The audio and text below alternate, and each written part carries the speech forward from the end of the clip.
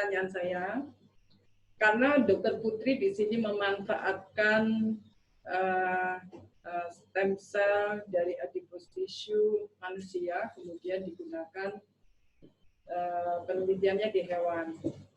Mungkin bisa dijelaskan apakah ada rejection, dan kalaupun misalnya ada, bagaimana cara mengatasinya dan memanfaatkan jalur apa? Apakah kalau di naskahnya Dr. Putri ini dijelaskan juga ada dua, baik itu jalur komplimen maupun jalur makrofag, ya kan? Mohon penjelasan itu lebih lanjut. Kemudian pertanyaan saya yang kedua, bagaimana Dr. Putri bisa meyakinkan pada kami bahwa ini benar-benar novelty, ya, jadi benar-benar the first in the world. Gua pikir ini dan sudah dilaksanakan dalam disertasinya. Saya rasa itu, monggo Dr. Putri. Baik, matur nuwun atas Dr. Anggraini Dwi Sensiati, dokter spesialis radiologi konsultan. Assalamualaikum warahmatullahi wabarakatuh. Waalaikumsalam. Terima kasih atas pertanyaan yang diberikan. Saya akan mencoba menjawab. Terima kasih atas koreksinya. Akan saya koreksi terkait dengan penambahan di pendahuluan. Memang saya masukkan di dalam pustaka, nanti saya tambahkan lagi dok di pendahuluan. Kemudian memang harganya cukup mahal karena memang di sini ada beberapa prosedur yang kami ulang karena memang untuk melakukan prosedur ini kita sampai sesuai dengan kriteria minimal MSC 1 jam maksimal sesuai dengan ICP. Jadi kita melakukan penelitian yang dengan karakterisasi laporan masker itu saya sampai harus berangkat ke Jakarta. Karena kebetulan kami di Surabaya belum bisa untuk memeriksa itu. Kemudian untuk diferensiasi adipogenik dan otogenik juga sempat gagal. Berkali-kali diskusi juga dengan Prof. Fedik untuk akhirnya pada akhirnya bisa, sehingga ada pengulangan dari situ. Memang harus belajar gitu ya sampai akhirnya bisa ketemu formulasi yang pas, yang akhirnya menyebabkan harganya juga menjadi mahal. Namun saya rasa untuk apakah nanti akan mahal? Insya Allah kalau saya melihat dari beberapa tempat lain ini dimungkinkan untuk bisa dirasakan untuk yang lain karena memang ada perbedaan harga. Mungkin itu di belakang layar saja dokter kalau untuk masalah harga saya bisa menjelaskan. Terus kemudian bagaimana kira-kira saya juga akan menambah referensi dokter karena memang saya angkatan 2016 jadi belum saya tambahkan referensi yang lebih dari itu. Kemudian untuk bagaimana kira-kira peran stem cell yang dari manusia ini ditaruh kepada tikus, apakah dari rejection. Jadi memang stem cell ini sendiri dari berbagai literatur itu menjelaskan bahwa memiliki immunomodulatory effect, jadi dia bisa memodulasi sistem imun. Ada memang sampai sekarang memang belum diketahui dengan jelas, tapi banyak dibuktikan dengan banyaknya penelitian yang mohon maaf ini masih kemudian adanya banyak penelitian yang membuktikan bahwa memang xenogenik transplantasi antar spesies itu berbeda spesies dan misalnya itu tidak didapatkan rejeksi. Walaupun mekanismenya kenapa kok bisa berbeda antar spesies tapi tidak rejeksi itu belum pasti. Ada beberapa teori yang mengungkapkan bahwa bisa mensupresi sel T, NK, dan B itu baik secara langsung maupun tidak langsung. Tidak langsung melalui mediator yang lain seperti prostaglandin, terus kemudian NHC, ada juga IDO dan INOS, terus kemudian ada juga galaktin, kemudian juga ada yang secara kontak langsung dengan sel T, NK, dan B. Kemudian juga ada yang literatur menjelaskan bahwa MSC ini juga bisa mempolarisasi makrofag sehingga makrofag ini mensekresikan proinflamatori dalam jumlah yang rendah. Contohnya interferon gamma dalam jumlah rendah sehingga akhirnya ekspresi HLA-DR juga rendah. Di sini dibuktikan dengan pemeriksaan pemeriksaan karakterisasi untuk imunotosis antigennya juga ekspresinya rendah di bawah 5%.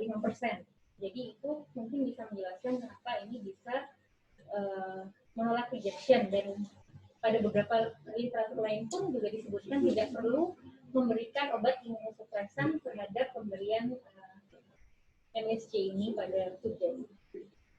Kemudian bagaimana meyakinkan ini benar-benar membantu. Jadi saya mencoba mereview berbagai kerangka alur kerangka proses osteoblastogenesis. Saya memilih 4 variabel terkait, yaitu GMP di hulu, dan kemudian masternya untuk tulang ini yaitu rangku dan pterik, serta untuk melihat fase osteoblasnya di mana saya berakhir penelitian ini pada 8 minggu. Saya memilih ALP. Saya ingin membuktikan bahwa proses review dari berbagai literatur itu terjadi di sini, di mana peranan HDC ini akan meningkatkan kemampuan dari scaffold yang sebetulnya sudah established. Jadi human senseless facial bone graft sudah tersedia di bank jaringan, kemudian beta TCP juga sudah tersedia produknya. Namun bila dilakukan sendiri, hasilnya masih inferior daripada cangkuk tulang autologous. Dan sini saya bisa membuktikan memang akibat peranan human adipose stem cell yang diambil dari donor sehat, yaitu wanita menjalani proses HC dan patologis, memang bisa meningkatkan kemampuan osteogenesis, konduksi dan induksi yang dibuktikan baik melalui ekspresi faktor osteogenesis ataupun melalui tampilan pada mikroscopy. Kira-kira begitu. Wassalamualaikum warahmatullahi wabarakatuh. Terima kasih pimpinan sidang, saya puas dengan jawabannya. Ya, terima kasih. Kita teruskan dengan penanya ke-7, Dr. Ahmad Husnur Romdoni, Dr. Spesialis DHT Konsultan. Silakan Dr. Ahmad Romdoni. Saya agak pangling ya, kemarin ketemu saya itu seperti ini. Kemarin ketemu saya di aula, jadi katanya ada perubahan karakter ya, karakter wajahnya itu ya. Tetap masker. Kemarin ada nulisnya, dengan masker ketemu di aula, biar jalan lebih ganteng gitu ya. Silakan Dr. Romdoni.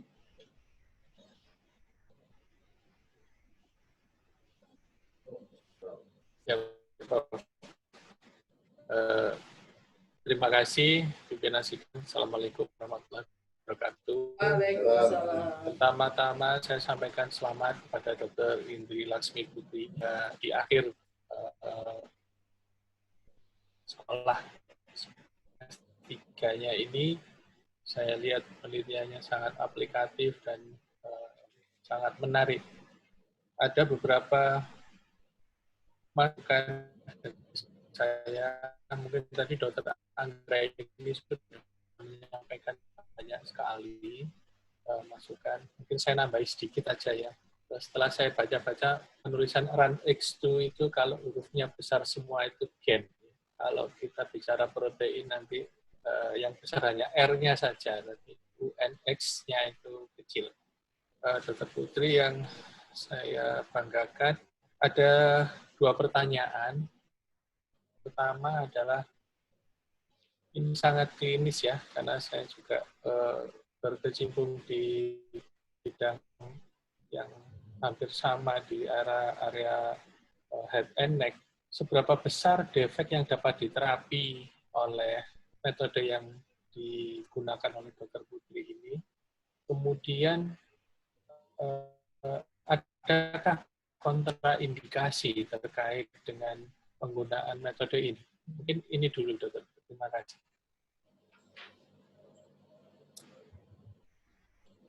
Baik, Assalamualaikum warahmatullahi wabarakatuh. Terima kasih saya kepada Dr. Ahmad Romdoni, dokter spesialis telinga hidung tenggorokan, kepala leher, konsultan PIX, atas pertanyaan yang diberikan kepada saya. Matur nuwun atas koreksinya, nanti akan saya koreksi mengenai penulisan rangkunya, dokter. Kemudian izinkan saya untuk menjawab pertanyaan yang pertama, yaitu terkait seberapa besar defek yang dapat diterapi oleh kombinasi ini. Jadi, adapun saya kiranya menjelaskan bahwa untuk prosedur cangkok tulang itu kita bagi menjadi 2, yaitu ada non-vascularized bone graft dan vascularized di mana non-vascular bone ini maka scaffoldnya berdiri sendiri, sedangkan yang vascularized kita juga menyambungkan melakukan anastomose scaffold beserta pembuluh darahnya yang dipindah, biasanya dilakukan pada free flight. Dan ini ada banyak sekali literatur yang pada umumnya kami menganut itu batasan defeknya adalah 6 cm. Didasarkan memang pada 6 cm ini adalah maksimum di mana angka keberhasilan cangkok tulangnya cukup baik. Walaupun ada beberapa studi kasus lain yang menyebutkan bahwa bisa hingga 14 cm. Untuk defek yang seluas 14 cm, walaupun ada angka kegagalan kita kurang lebih 40%. Namun kita berhenti di range 6 cm karena angka keberhasilannya sekitar 75%. Mohon maaf, tadi angka keberhasilannya 40% untuk yang 14 cm. Kemudian, apakah ada kontraindikasi terkait dengan terapi tersebut? Tentunya cangkok ini pada umumnya sama dengan prosedur cangkok tulang otolobus. Perlu didapatkan kondisi dari pasien yang optimal, tidak memiliki kelainan patologis lain ya yang bisa menyebabkan adanya penurunan efikasi daripada sel tersebut. Dan tentunya mengacu pada ini merupakan non-vascular bone graft, sebaiknya defek maksimal 6 cm. Kira-kira begitu. Wassalamualaikum warahmatullahi wabarakatuh. Ya. Dr. Doni, cukup ya? Iya. Satu lagi, Dr. Putri. Terkait dengan variabel run X2. Oke, Prof? Ya, satu lagi, Prof. Oke, silakan. Apa? Perkenankan, Prof. Oke, silakan. Itu sinyalnya tidak begitu lama ya, nggak kuat ya, putus-putus. Ya. Terkait dengan run X2 ini, ya, mohon maaf, Prof. Ya, silakan. Ya. Run X2 ini dianggap bisa terkait dengan perkembangan kanker tulang. Pernah saya baca, dan ini bagaimana tanggapan dari Dr. Putri? Terima kasih. Atur nuwun, Dr. Ahmad Romdoni, dokter spesialis teknologi tenggorokan kepala leher, konsultan fix. Baik, saya akan mencoba menjawab pertanyaan Rantu terkait dengan perkembangan kanker tulang. Memang saat ini Rantu juga ada studi yang menyebutkan bahwa Rantu ini dipertimbangkan untuk menjadi biomarker dari kanker, dokter. Jadi ada penelitian menyebutkan di mana subjeknya itu ada merupakan penderita dengan kanker prostat, kanker tulang, kanker payudara, dan kanker pankreas. Dilakukan penelitian membandingkan kadar Rantu dengan yang normal. Didapatkan peningkatan 14 kali lipat lebih tinggi pada pasien kanker dengan metastasis tulang untuk Rantunya dibandingkan dengan normal. Dan juga di sini dibandingkan antara pasien kanker yang tidak metastasis ke tulang dengan pasien yang tidak menderita kanker, itu dapat peningkatan Rantu sekitar 4 kali lipat, dokter. Namun masih dilakukan penelitian lebih lanjut untuk range-nya. Ya. Baik, terima kasih pimpinan sidang. Jawabannya sangat memuaskan. Assalamualaikum warahmatullahi wabarakatuh. Terima kasih. Ya, kita teruskan dengan pendengar 8, yaitu Dr. Ati Widiawarianti, DRA Messi Apoteker. Silakan. Dr. Ati, silakan.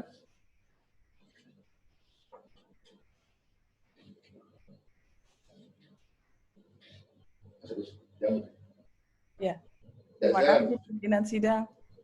Oke, maaf tadi memang dikunci oleh host, jadi sekarang sudah bisa. Terima kasih. Terima kasih atas kesempatan yang diberikan untuk menjadi penyanggah pada ujian sidang terbuka yang sangat terhormat dan istimewa ini. Sebelumnya saya ingin ucapkan selamat kepada Dr. Indri Laksmi Putri yang telah sampai pada tahap akhir dari studi S3-nya. Dan tentunya seperti yang disampaikan oleh Bu Cici dan Bu Tuti tadi, saya juga awam dengan penelitian stem cell ini, tetapi saya merasakan ini sangat menarik sekali. Dan kalau dari paparan presentasi tadi oleh Dr. Putri, saya melihat sebetulnya banyak hal yang bisa diungkapkan pada naskah ini. Jadi mungkin bisa dieksplor lebih luas lagi mengenai bagaimana terutama sekali kemanfaatan dari penelitian ini di bidang klinis. Karena mungkin juga saran ini pada kesimpulan, sepertinya kesimpulannya merupakan kesimpulan statistik menurut saya, jadi bukan kesimpulan penelitian. Padahal tadi sudah disampaikan bagaimana pentingnya penelitian ini sehingga bisa memberikan kemanfaatan bagi terutama sekali pengembangan biomaterial ya untuk scaffold, untuk bone graft ini. Jadi mungkin itu bisa ditambah lagi Dr. Putri nanti pada kesimpulannya. Terima kasih. Saya mencoba menyelami naskah disertasi dan saya melihat bahwa penelitian ini, saya ingin minta tanggapan dari Dr. Putri bahwa uji yang dilakukan ini menggunakan stem cell atau dari adipose cell ya dari human yang kemudian diaplikasikan kepada hewan coba, dalam hal ini rodent. Dan saya sangat surprise karena tidak melihat bahwa tidak ada immunocompliance di sini ya, jadi bisa cocok begitu antara sel human dengan sel rodent sehingga dia bisa diaplikasikan dan hasilnya juga sangat baik. Dan apakah memang ini bisa dilakukan juga? Artinya bahan ini bisa juga kita gunakan untuk diproduksi massal sehingga nanti bisa digunakan oleh semua orang. Jadi kita bisa mendapatkan human ADSC dari satu orang atau beberapa orang, kemudian kita bisa gunakan untuk orang lain yang bukan autolog begitu. Itu pertama, mohon tanggapannya. Kemudian yang kedua, mudah-mudahan saya tidak salah menangkap dari naskah ini, karena menurut saya scaffold dari beta TCP yang memang sudah dipasarkan begitu ya Dr. Putri, ini kombinasi dengan human ADSC ini kayaknya paling baik, karena kita kan maunya bukan hanya sekedar bagaimana ekspresi dari protein yang disebabkan oleh paparan dari kombinasi dari beta TCP dengan HADC ini, tetapi atau dengan yang human dari tulang bone graft tadi, tetapi terutama sekali bagaimana akhir dari aplikasinya di tabekular tadi, apakah memang menjadi mempercepat pertumbuhan tulang, kemudian mempercepat bentuk yang lebih baik atau sebagainya begitu. Nah ini menurut saya beta TCP, kombinasi beta TCP dengan HADSC ini yang paling baik, begitu ya. Jadi apakah memang ini menjadi pilihan nanti ke depan untuk diproduksi, begitu? Karena kan pasti sebagai orang farmasi saya ingin membuat, katakanlah bagaimana scaffolding ini bisa diaplikasikan, terutama sekali kita sudah punya beta TCP yang memang sudah banyak digunakan selama ini. Dan saya lihat banyak penelitian yang memang beta TCP ini dikombinasikan dengan salah satunya dengan kolagen, dengan yang lain-lain. Saya rasa itu dua pimpinan sidang yang ingin saya tanyakan. Terima kasih.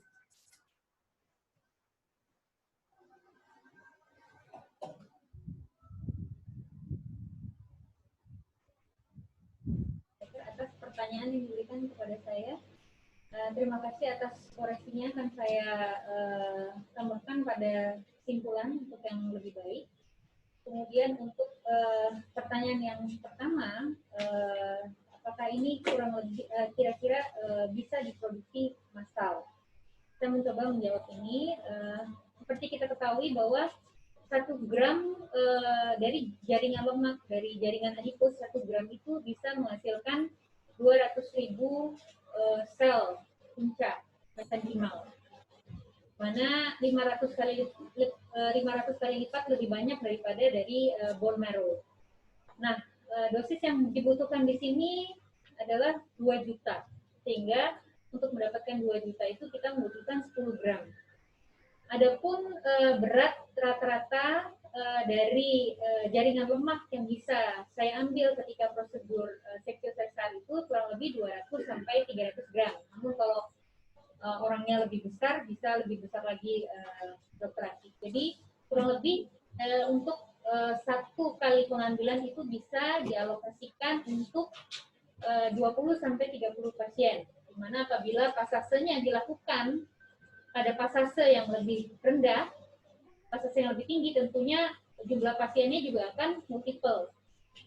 Bagaimana untuk supaya ini bisa terjamin kualitasnya, maka kita bisa memastikan bahwa semua prosedur ini dilakukan di lab stem cell yang sudah GLP dan GMP certified, sehingga kita bisa memastikan bahwa produk tersebut baik, yang tentunya setelah produk itu jadi harus diuji sesuai dengan standar minimal ISCT, di mana karakterisasinya menggunakan 8 marker. Dalam hal ini menghadirkan saya berangkat ke lab stem cell Kalbe di Jakarta untuk bisa melakukan pemeriksaan itu, kemudian dilakukan pemeriksaan diferensiasi adipogenik dan osteogenik sesuai dengan formularisasi yang dibikin, karena sempat kita di awal gagal, terus kemudian konsultasi lagi dengan ortopedik bagaimana rumusannya, akhirnya baru berhasil.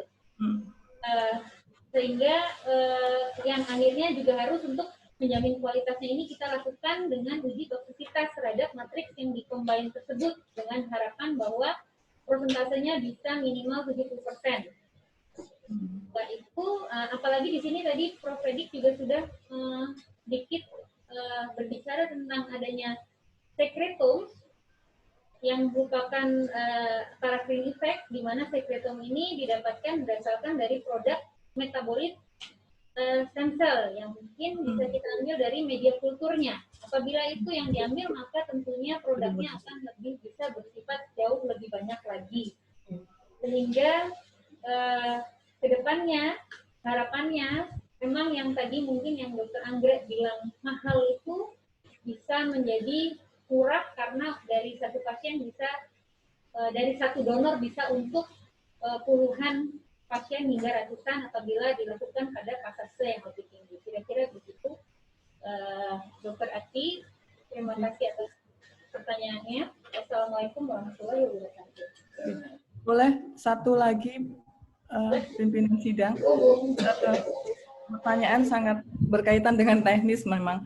Kalau apakah memungkinkan kita menggunakan sel adipose dari bovin, dari sapi atau hewan ternak ya? Jadi maksudnya tidak dari manusia.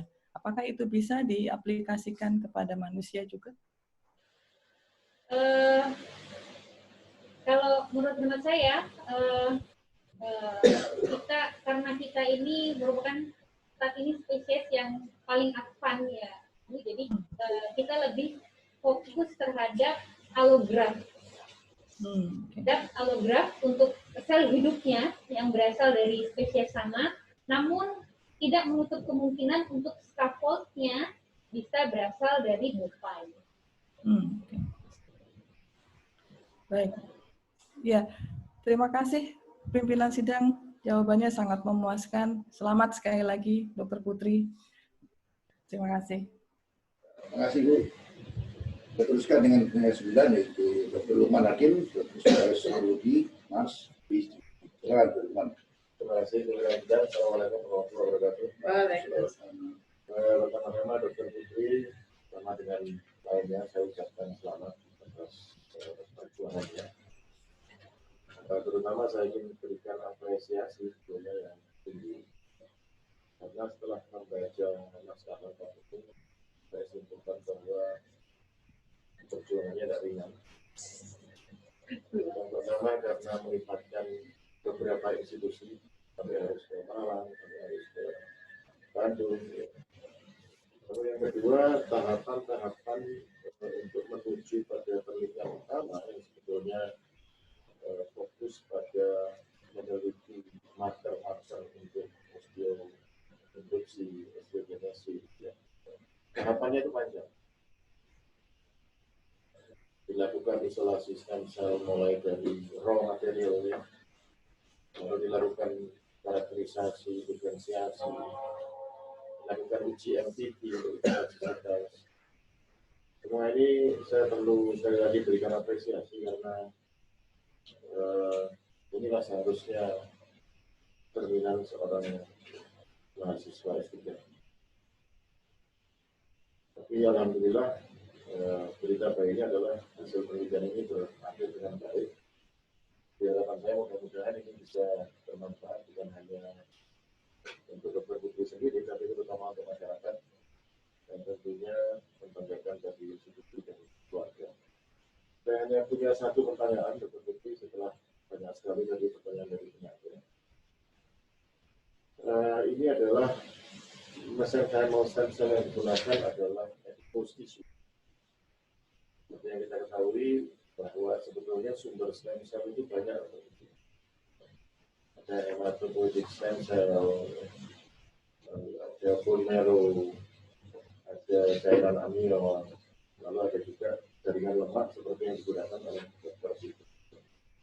Pertanyaan saya, kenapa Dr. Putri memilih adipose tissue atau jaringan lemak sebagai sumber stem cell bagi penelitian ini?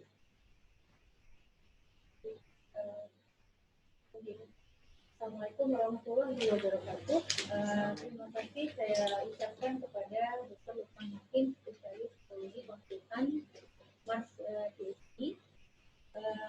Terima kasih atas pertanyaan yang diberikan, yaitu kenapa saya memilih adipose untuk penelitian ini. Yang pertama adalah karena jaringan lemak itu paling banyak ada. Dia tersedia dalam jumlah banyak pada manusia.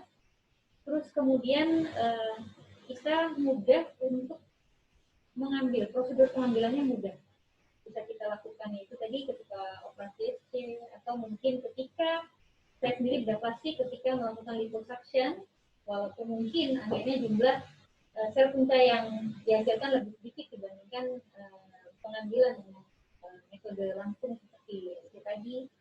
Kemudian pengambilannya juga minimal komplikasinya, dan juga bisa dilakukan dengan prosedur yang minimal invasif seperti tadi liposuction. Dan di sini juga dia untuk sel punca lebih mudah diisolasi dari jaringan lemak, membutuhkan waktu sekitar kurang lebih 2 minggu. Dimana kalau untuk bone marrow kita mengisolasi bisa membutuhkan waktu 2-3 bulan di time consuming. Terus kemudian di sini juga seperti saya tadi sebutkan bahwa dari 1 gram jaringan adipose itu bisa menghasilkan sel punca sampai 500 kali lipat lebih banyak dibandingkan 1 gram sumsum tulang. Jadi selain tersedia lebih banyak, ternyata sel punca yang dihasilkan pun jauh lebih banyak dibandingkan dari sel punca bone marrow, di mana prosedurnya juga minimal invasif, komplikasinya sedikit dan mudah untuk kita mengambil. Kurang lebih seperti itu, Dr. Lukman. Mohon atas pertanyaannya. Wassalamualaikum warahmatullahi wabarakatuh. Terima kasih Dr. Putri. Saya puas sekali sudah menjawabnya. Ya, terima kasih. Ada lagi dari saya ini, jadi saya bersama pimpinan sidang dan bersama Dr. Serangga, Ekster, dan selamat pada Dr. Putri yang telah menyelesaikan bidang ini.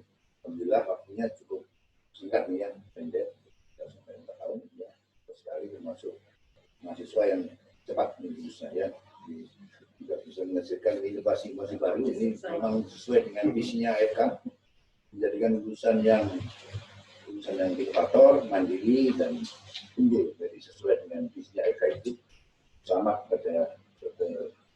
Putri dan teman-teman sekali. Anda seorang dosen, tapi dikembangkan di rumah sakit, jadi bukan